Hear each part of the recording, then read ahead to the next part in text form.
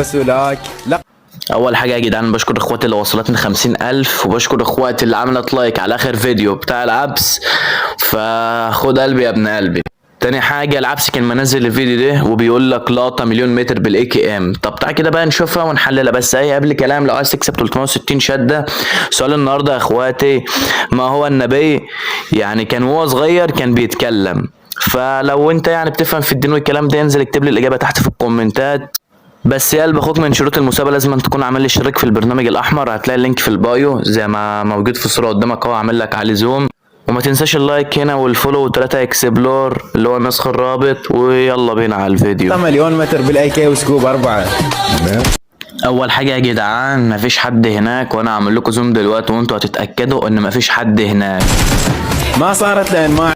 تاني حاجه يا اخواتي، لو ركزتوا فوق كده عند عدد الكيلات بصوا على كلمه مستبعد، هتلاقوا هو اصلا معاه كل واحد، بس الواحد الزياده ديت هو اللي عملها متفبركه او مونتاج زي ما انتم ما بتقولوا.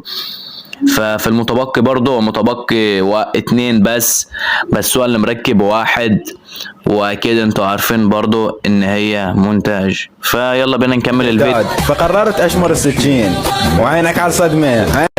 تاني حاجة يا جدعان، هو رامي السكين عمودي، حتى لو هنقول اللقطة اللي هو عملها دي حقيقية، هو رامي السكين عمودي، فبالتالي هتقوم نازلة عليه تاني، مش يسقل سكينة من عند الجبل اللي قدام السكول، هيروح يسقلها عند العماير وعلى السطح وهيشيل واحد، يعني 100% مونتاج. تعال بقى كده نشوفها.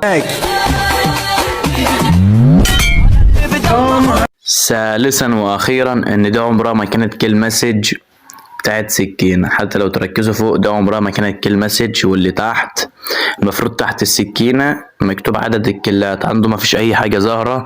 فهو ده يا جدعان كان الفيديو، ما تنسوش بقى المسابقة والاجابة اللي في الكومنتات.